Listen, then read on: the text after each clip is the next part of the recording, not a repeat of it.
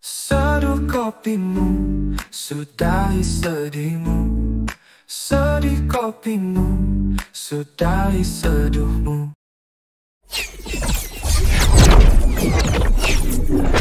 Dengan saya, akhirnya saya nggak bicara program saya lagi. Tinggal gimana kita menggerakkan di lapangannya. Nah, itu program apa? Bocoran ya, dong. Di antaranya pemberdayaan di bidang pertanian. Wah, Di antaranya itu. Yang apa? Kenapa pertanian harus diberdayakan? Satu aja. Karena ya balik lagi, Sumedang ini hidup dengan pertanian. Oke. Itu. Jadi menurut Anda Sumedang sekarang ini posisinya pertaniannya belum berdaya? Bukan belum berdaya, tapi belum dikembangkan. Oh iya, belum berdaya lah itu kan. Makanya ada sekolah pemberdayaan. Nah itulah makanya kalau bicara pertanian memang banyak hal. Di sini juga saya juga punya teman-teman komunitas ya di pertanian, nanti juga bisa langsung, karena beliau lebih berpengalaman kebanding saya mah orang yang baru pulang kampung tahun kemarin. Gitu kan. Jadi baru berguru ya, baru berguru tentang pertanian. Tapi saya mengharapkan beliau-beliau ini yang udah kelotokan gitu, bisa benar-benar jadi harapan untuk semua warga atau masyarakat yang bertani di Kota Sumedang ini. Sekarang gantian nih, tadi cerita gurunya kan, guru bertaninya, kita pengen bertanya nih, Pak Haji Cecep. Pak Haji Cecep. Ya. Iya betul Pak Haji. Betul ya, Pak Haji Cecep. Selamat sore Pak Haji Cecep.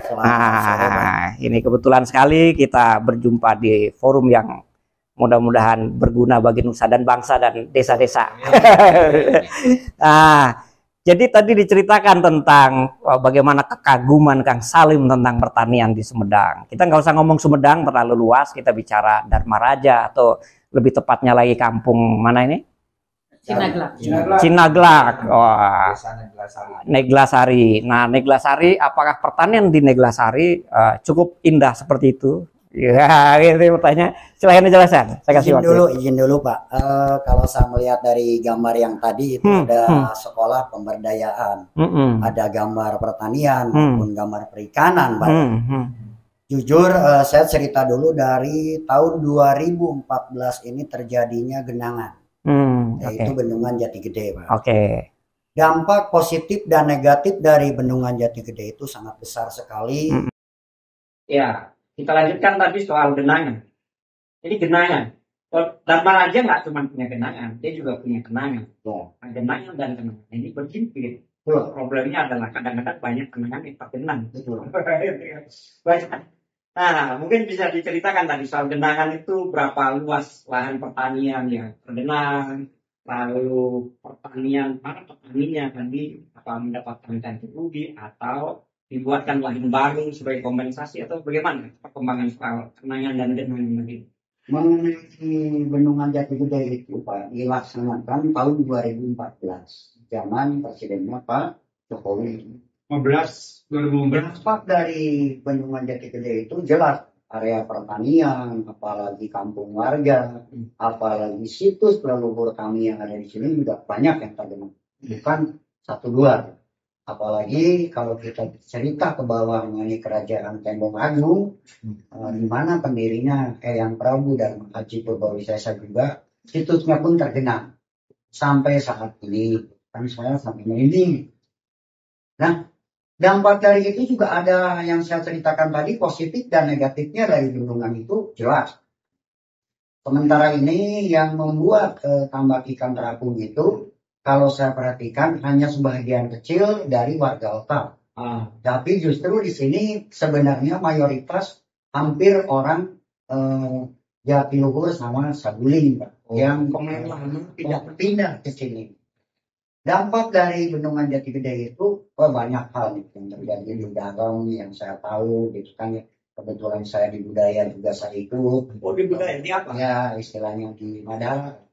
Masyarakat pada Dharma Raja. Nah itu kembali ke perjuangan politik juga kebetulan saya masalah perjuangan juga dengan Kang Salim, karena mungkin Kang Salim juga merapat ke saya menurut penilaian Kang Salim ya hanya dengan saya lah mungkin bisa ke depan kita berdua karena kebetulan kita sama-sama di P3. Nah Di masalah di pertanian sendiri Pak, yang sampai saat ini betul tidak ada yang katanya ada mau pembukaan area lahan baru pertanian yang terendam, sampai saat ini belum terjadi, belum ada lah. Nah, pertanian dulu yang menjanjikan itu pemerintah pusat. Pemerintah pusat. Dalam hal ini langsung presiden, menteri pertaniannya presiden. Pak Jokowi lagi dong ya. Lagi rame soalnya di Solo. Ya betul. Tapi yang ada dari Dharma Raja nggak ada. Nah, saya sendiri dari Dharma Raja ini Pak, kembali dari bawah. Memang sampai saat ini saya petani Pak, asli petani, istilahnya nanam padi Pak ya. Kalau mayoritas di sini itu di Dharma Raja itu nanam padi. Kalau palawija bisa dihitung dengan jari Pak, kalau di sini mah ya padi ya. Jadi mayoritas padi ya.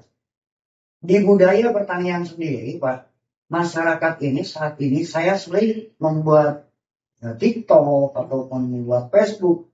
Yuk anak muda harus segera mungkin kembalilah ke masa yang lalu. Ini generasi penerus kita untuk meneruskan pertanian ini musia. Tidak ada. Jadi kebanyakan sekarang anak-anak ini main HP Pak. Jadi menurut Anda pertanian itu masa lalu atau masa depan? Masa depan. Harusnya masa depan. Masa depan. Karena sekarang dianggap sebagai masa lalu. Masa lalu. Karena Bapak petani ini, kok kita makannya beras Pak. Oh dari mana kan? Kalau misalnya di bidang pertanian di beras nggak diutamakan, ada dorongan dari pemerintah dengan sistem mungkin pertanian milenial yang memancing anak muda ini untuk Pak turun besar. Apa itu efektif? Efektif menurut saya. Saya lihat lebih sibuk ribut soal anggaran atau ada Nah, justru permasalahan yang di atas itu saya nggak.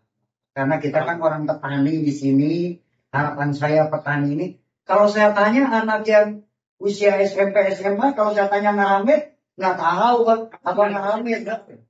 Ngaramet artinya penyiangan. Mengambil rumput. Iya, mereka nggak tahu bagaimana. Apalagi cara penanaman padinya, ada adab-adabannya. Karena di kita juga kan ada budaya tentang caranya. Menurut orang Dharma Raja itu mestinya sakral dilakukan setelah tradisi. Oh. Itu mulai hilang. Kerajaan dulu kan di sini. Kerajaan yang membuat tradisi yang diwariskan. Salah satunya adalah tata cara pertanian. Menarik kan sementara di undang-undang SPBS itu selalu mengatasnamakan Sumedang menjadi pusat budaya Sunda. Sebenarnya yang saya tahu cikal bakal kerajaan Sumedang itu Temong Agung Pak Dharma. Inti kerajaan Sumedang adalah Temong Agung Dharma. Betul. Baju putih. Kata ke ininya baju putihnya. Digenang. Ya sampai saat ini alhamdulillah Pak. Jadi nunggu surut dulu baru bisa ziarah. Untuk ziarah masjid ini ya saat ini saya pernah di sana alhamdulillah untuk hari ini Pak untuk ziarah kebetulan di sana sudah dibuatkan musola terapung dan kamil bahkan rahunya juga disiapkan untuk ziarah ke area tengahnya ya. Nah itu jadi harapan saya itu ke depan apa yang saya harapkan dari pertanian betul Pak gambar Pak perikanan yang memang di Dharma Raja ini sekarang sudah sumber ikan dan ada kopinya.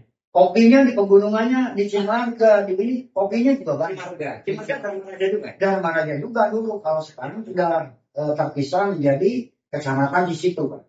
Tapi dulunya Cimarga. Karena leluhur putra yang Prabu Durhaja Putih, salah satunya yang meneruskan kerajaan Temong Agung itu adalah Eyang Prabu Tajimalela. Ada di Cimarga, Pak. Yang ada kebun kopinya itu. Ada tangga yang tinggi. Betul, sekarang nggak super alhamdulillah Pak. Nah itu sekarang apa yang Bapak gambarkan ini ya ikannya banyak di Dharma Raja Pak sekarang ya pertaniannya juga bergerak, kopinya juga. Segala sumber kehidupan yang dikatakan oleh Mas Salim itu betul ada di sini. Berarti seharusnya orang Dharma Raja orang yang subur, makmur, betul. Lebih maju, peradabannya tua, segala-galanya. Itu yang jadi teorinya begitu. Teorinya, prakteknya bagaimana? Prakteknya sampai saat ini. Yang ini siapa? Dan mau kapan? dikoordinirnya ini dengan area perikanan, sementara ini bukan hanya pengusaha aja. Jadi orang Dharma Raja yang menjadi nelayan atau tambah ikan sedikit. Sedikit ada. Cuman kalau bahasa lebih dalamnya saya lebih seksi lagi saya bicara. Ya mungkin petani di sini hanya menjadi kuli aja, buruh.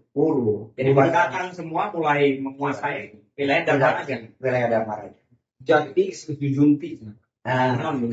Jadi kasih Junti itu apa Pak Haji ya? Terjemahan nih Pak Secam ya. Jadi kasih Junti itu apa Pak Haji? Ini dengan Pak Haji Karto. Saya menjelaskan Tarto. Asal dari sini.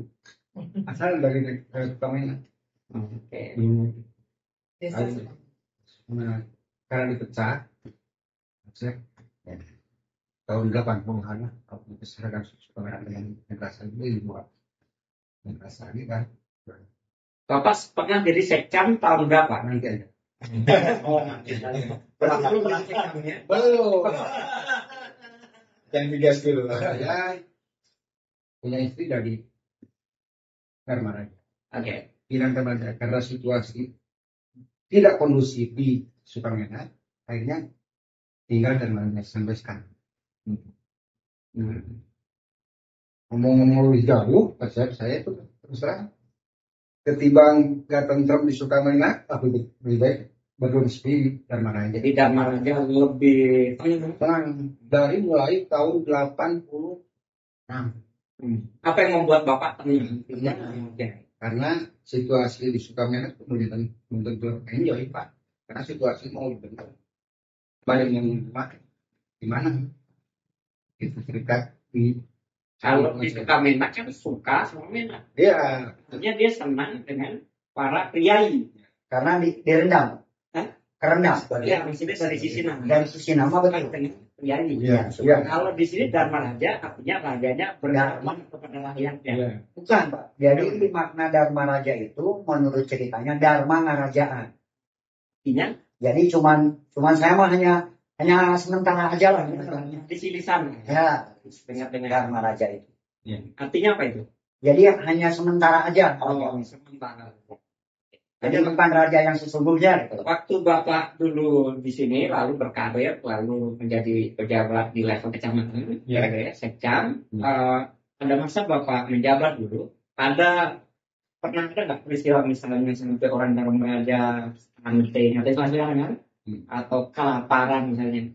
Sebetulnya dari tahun 80-an sampai tahun 2000 itu yang sebelah banget masih memang ada. Banyak. Ada ya? Ada. Oke. Ada. Cuma kesisinya dinaikkan, diinformasikan, dipembar gitu. Oh dulu ada, tetapi tidak untuk publik. Betul. Karena mungkin lah banyak pengajuan dari sini, banyak pengajuan dari WA, itu Facebook, akhirnya muncul Pak. Sebetulnya ada juga, cuma tertutup.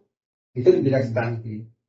Yang selanjutnya lagi saya kebetulan jadi sekcam itu tahun 2012 saat dipindahkan ke Jati Gede Pak Chef. Nah, tahun 2012 dia tahu ini juga karena sedaerah saya mungkin di sini juga banyak keluarga saya yang pindah dari Sukamena ke sini. Kebetulan ada kalaupun saya di sini Asrama Ngalat.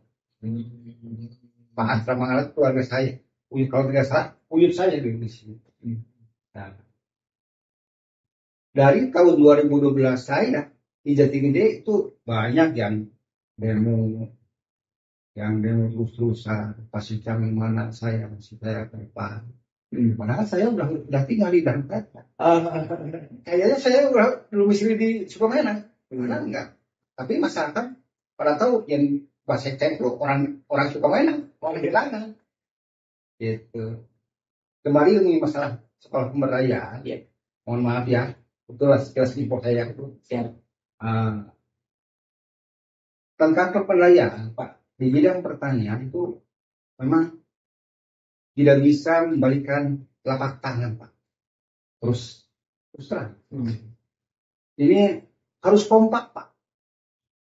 dari atas sampai ke bawah. Kenapa zaman Orde Baru itu sukses pemberdayaannya, sukses Pak. Alhamdulillah meningkat di bidang pertanian, meningkat di bidang pertanian. Karena kompak Pak. Kalau sekarang kelihatan oleh saya terus terang Pak, mohon maaf, saya pernah di birokrat kurang kompak. Apa sebab? Apa sebab? Sebabnya gini Pak, ini punya BPJS dikasih pemerintah. Oke. Yang punya BPJS aja, yang punya kebagian BPJS aja harus dirangkap. Kata ini. Ini punya tiket kakak. Bapak punya apa lagi? Ya, kartu pintar. mahasiswa. Itu masyarakat kurang bagus. Menurut saya. Jadi dibuat tidak adil antara satu masyarakat sama yang lain. Dan kebetulan, Bu, kita biasa sudah tahu, Bu di Jakarta. Saya terang lama kerja di kampung. Katakan di kampung, bawa di kampung, tahu persis. Bu, itu bergerakan opsi. Yang di mana? Makanya pos pengen dibantah sama itu. Kenapa? Itu gampang Pak. Dari masyarakat tuh. Mungkin dapat besar dari untuk pusat pemberdayaan ini. Iya. Itu di tiap sektor. Ya, mohon berarti situasi sekarang ini tidak kondusif dalam hal kekompakan gitu Pak. Hanya ini temuan-temuan dari TikTok, dari Instagram, saya pernah lihat gerakan Pak Deddy Mulyadi itu sangat jempol. Gerakan dari Pak Deddy Mulyadi gubernur. Ini saya pakai pecinya tuh. Terima kasih kalau sudah pakai peci. Mudah-mudahan sampai ke sininya Pak. Siap. Ya, mudah-mudahan sampai ke sininya.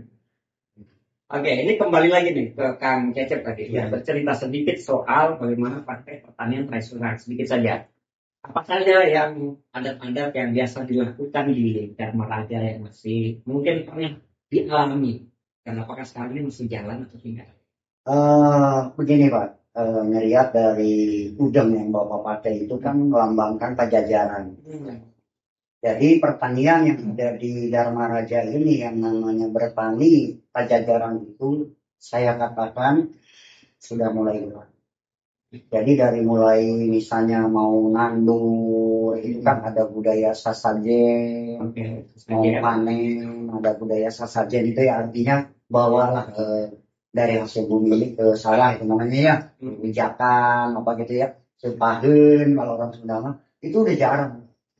Jadi budaya-budaya itu udah jarang. Rata-rata ini masyarakat ini saya harapan sih jangan dilupakan lah budaya itu. Karena yang membuat tenaga kita punya tenaga hari ini bukan hanya pernapasan, bukan hanya pikiran, bukan hanya toh yang membuat kita punya tenaga itu adalah nasi. Kalau di Jawa itu ada waktu mau panen ada metik sedikit namanya ani-ani. Ani-ani. Ya, ada juga di masih ada. Tapi sekarang udah mati. Nah, itu yang paling kalau di Sunda itu namanya eteng. Ani-ani. Nah itu hanya sebagian orang yang masih punya ani-ani. Jadi kalau ani-ani di TikTok lain lagi itu. Itu lain lagi. Nah, harapan satu itu Pak. Kedua, contoh ini Pak, contoh kecil. Dengan terjadinya bendungan Jati Gede ini, saya yakin akan terjadi drainase Pak dari bumi. Jadi tanah ini ketarik lumpurnya. Oke. Ketarik lumpurnya. Erosi. Sementara harapan saya ke depan ini, bagaimana kalau dulu zaman Pak Harto Pak ada namanya bantuan tanaman keras. Sebentar. Sebelum sampai ke sana, ini praktek tradisional tadi ada. Tadi cerita masalah bukan sana sungai apa alinya irigasinya itu tidak apa saluran namanya gotong royong, kalau di sini mah dandan solokan. Nah, itu dilakukan kapan mestinya? Dilakukan itu dandan solokan itu kira-kira kita mau panen 2 minggu lagi lah mau panen umum untuk panen raya, masyarakat itu wajib melakukan dandan solokan. Gotong royong karena dibayar pecahan bukan. Tapi sekarang ini yaitu tadi kata Pak Hadi, budaya gotong royong itu mulai nggak ada. Mulai hilang. Jadi nggak mau mulai hasil jerih payah leluhur kita yang membuat selokan berkilo-kilo itu udah nggak. Berapa kilo di situ?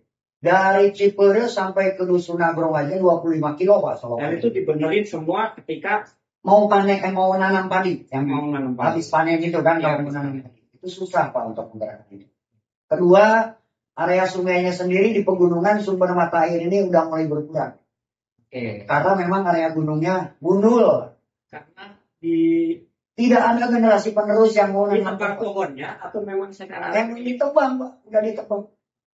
Nah itu harapan saya juga ke sana ada program pemerintah untuk penanaman pohon keras seperti yang sumber mata itu Cihujan, pohon beringin, itu kayak menyimpan air. Betul. Itu tidak ada sampai saat ini juga. Keduanya Pak, setelah pertanian di sini semakin maju, boleh dibilang saya katakan di Dharma Raja ini tertinggal. Oh gitu. Nah, kenapa? Kalau di tempat lain panen aja udah sistem pakai combine. Oke, pakai teknologi. Mungkin dengan adanya teknologi, ya mungkin anak muda maulah jadi supir-supir kombet sambil main-main. Ya, karena di sini TikTok, ya. TikTok. Panennya ini kan masih pakai manual, Pak. Masih digebuk. Iya, digebuk. Jadi budaya itu udah gimana ya, Pak ya? Jadi yang mungkin bikin malas itu capek, Pak. Karena tangan pada pegel, gatal, panas. Nah itu mungkin juga salah. Sepertinya juga. Nah itu seperti itu Pak. Tapi alhamdulillah Pak untuk kedinasan sendiri dari Dinas Pertanian sering beberapa kali ada bantuan berupa pupuk, berupa obat-obatan, berupa benih. Cuman ada cumannya Pak. Cuma mungkin. Ya bukan cuma-cuma. Jadi benih padi yang diluncurkan misalnya Nutrijing. Nah, untuk menangani stunting tadi, gitu kan. Tetapi tidak dibimbing dari nol tanam sampai panen itu tidak ada bimbing. Cuma dikasih alat sama bibit. Udah kasih ya. Itu goodbye. Lalu panennya minta berhasil. Gitu. Panennya minta berhasil. Hasil pindah negara. Kain bola. Itulah Pak. Jadi banyak harapan. Memang harapan Bapak ini sudah pakai undang-undang seperti Pak Deddy Mulyadi ya Pak Gubernur kita. Sangat luar biasa. Saya harapan sebagai warga masyarakat Dharma Raja asli orang sini. Dengan kehadiran Pak Gubernur mudah-mudahan budaya Sunda ini betul-betul dan niangnya akan kembali hidup. Karena kebetulan saya juga di budaya di Madara. Ada niat 3 bulan ke depan. Mau ada rencana mau bikin acara yang mana programnya Mapag dan Yang Eyang Tenggo Agung. Ini harus hadir nih. Harus hadir. Ini sekaligus pingpongan. Jadi Mapag dan Yang Eyang Tenggo. Di antaranya acara itu menggali latar belakang kehidupan manusia. Dari mulai lahir itu ada namanya cacai. Artinya cacai itu ketuban. Terus ada tali ari-ari. Terus di situ ada darah hitam. Ada Bali. Bali. Itu ada Bali, ada darah hitam. Jadi sesungguhnya manusia lahir ke dunia ini punya saudara yang namanya papat kalima pancer. Nah itu yang papat kalima pancer itu papatnya itu adalah tadi. Papatnya tadi cacai, tali ari-ari, Bali dan darah hitam. Jadi pancernya kita. Nah itu akan dipapak dan yang ini kita mulailah menjemput kita sendiri lahir ke dunia ini. Mudah-mudahan dengan acara itu bisa membangkitkan semuanya Pak. Supaya jangan lupa dengan leluhurnya sendiri. Kita kembali ke tadi satu lagi. Ini kan terjadi secara global, ada perubahan iklim. Betul. Nah, kalau dulu petani di Dharma Raja pasti punya tradisi kapan dia harus menentukan waktu cocok tanam. Betul. Nah, apakah masih dengan adanya perubahan iklim? Sehingga antisipasinya kira-kira seperti apa nih? Masalah dari iklim sendiri sebenarnya sudah tidak akurat, Pak. Sudah tidak akurat? Sudah tidak akurat. Karena sekarang musim kemarau itu kalau dulu mah bisa dihitung dari Januari sampai November. Ya. Itu musim hujan. Biasanya Pak ya? Iya. Musim hujan. Tapi sekarang musimnya nggak tentu, Pak. Karena tentu, satu itu. Kedua, dengan adanya Bendungan Jati Gede ini, cuaca suhu di Dharma Raja ini berubah. Panas. Katanya Indramayu yang dapat air, Sumedang dapat panas. Dapat panas. Betul sekali itu. Jadi cuaca ini betul ya, sangat berpengaruh sekali Kalau tidak ada tindakan penanaman pohon yang di pegunungan, di hulu-hulu sungai, itu akan terjadi seperti itu. Karena sebenarnya di kampung kita ini, Pak, ada juga yang penanaman padi ini mempergunakan air sungai, sayusu kalau bahasa Sunda apa ya, dari mata air. Jadi tidak mengandalkan pada hujan, Pak. Jadi banyak yang area sawah yang bisa ditanam setahun 3 kali. Ini keunggulannya di Dharma aja. Betul. Tapi justru dengan adanya bendungan Jati Gede ini yang biasa bisa tanam 3 kali, sekarang cuma bisa 2 kali. Karena sumber mata air yang udah mati. Itu namanya dari panas udaranya sepertinya. Itu ada panas.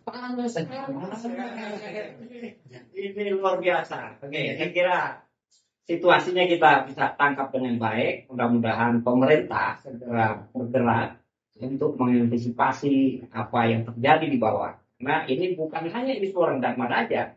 Soal climate change atau soal pemanasan global ini adalah isu internasional. Ya.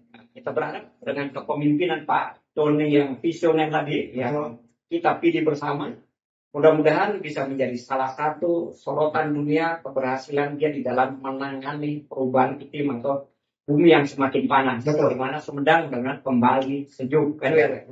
Oke. Seduh kopimu, sudahi sedihmu. Sedih kopimu, sudahi seduhmu.